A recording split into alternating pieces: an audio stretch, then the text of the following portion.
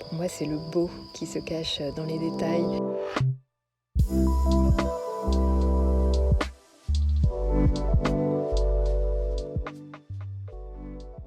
Pour ma part, elle me fait du bien tout le temps. Elle me soigne chaque jour et constamment. C'est vraiment ma raison de vivre en fait, hein. Elle me plonge dans un état de grâce qui me permet à chaque fois d'apaiser, de transformer, de supporter aussi les petites et les grandes difficultés de la vie. Et en particulier, j'ai eu 2 moments de beauté aujourd'hui qui m'ont fait beaucoup de bien. D'une part, j'ai vu un serpent, un magnifique serpent, une couleuvre à coulier ce matin sur une marche en pierre juste à côté de chez moi. Et c'est un très bel animal et j'aime beaucoup les reptiles, voilà. Inoffensif en plus et protégé. Et également, j'ai vu le travail d'un ami peintre qui s'appelle Oscar Malesen et qui travaille en ce moment sur des polyptyques et il produit beaucoup en ce moment et il m'envoie les photos de son travail et j'ai adoré. Voilà, ça m'a vraiment procuré une très belle émotion esthétique. Il y a beaucoup de couleurs et c'est vraiment superbe. Ma contribution à la beauté du monde se fait beaucoup à travers la cuisine. La cuisine que je propose, qui est une cuisine sans souffrance, une cuisine de la non-violence avec de beaux ingrédients 100% bio, végétaux, locavores, qui sont utilisés dans toute leur beauté et toute leur naturalité. Voilà. J'essaie d'apporter du beau également en plantant beaucoup de jolies plantes, en les multipliant, en prenant soin. Des arbustes, des fleurs, etc., qui ont à chaque fois des formes fabuleuses, des parfums ou des couleurs chouettes et qui en plus viennent nourrir les insectes des alentours. Voilà.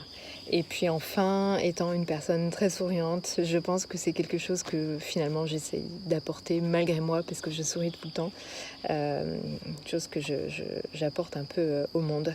Voilà. Oui, je pense que la beauté nous aidera à sauver le monde. Elle est une particularité très humaine et je pense qu'elle nous aidera à construire le monde qu'on souhaite, ce fameux nouveau paradigme qu'on appelle de nos voeux, parce que la beauté nous montre comme les choses sont fragiles et précieuses aussi, et nous montre aussi comment en prendre soin. Voilà.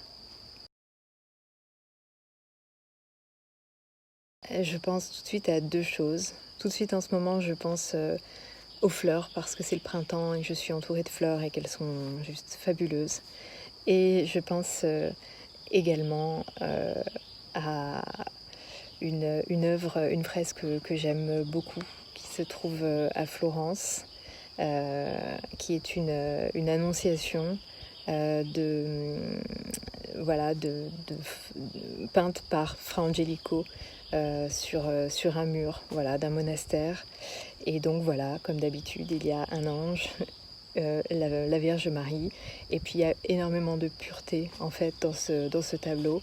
Et c'est vrai que j'ai eu la chance de voir cette œuvre il n'y a pas très longtemps, et c'est vrai que la pureté de cette œuvre, pour moi, révèle une immense et universelle beauté.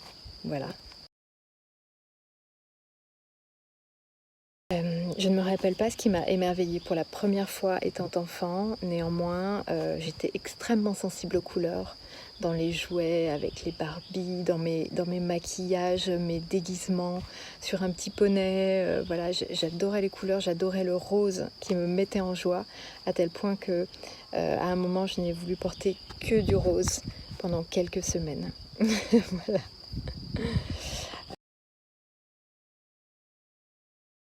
On dit souvent que le diable se cache dans les détails. Pour moi, c'est le beau qui se cache dans les détails. Quand on prend un temps silencieux pour se rapprocher d'une chose, pour la regarder avec le cœur, savourer chacun de ces incroyables petits détails, une texture, un motif, une couleur qui évolue. Voilà, toutes ces petites choses qu'on ne verrait peut-être pas au premier coup d'œil. Voilà, le beau pour moi se cache entre autres dans ces détails-là. Quand tu es pressé, fais un détour. Je crois que c'est un proverbe chinois. Et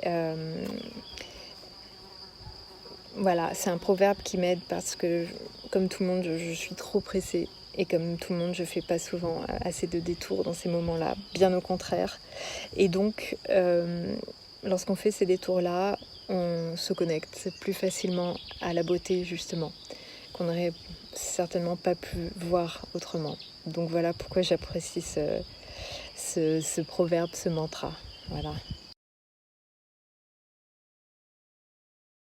Pour moi, la sensation, l'émotion esthétique, ça crée vraiment une vague qui traverse le chakra du cœur et qui me fait me sentir en ouverture, vraiment en harmonie avec l'univers. Ça se passe beaucoup ici.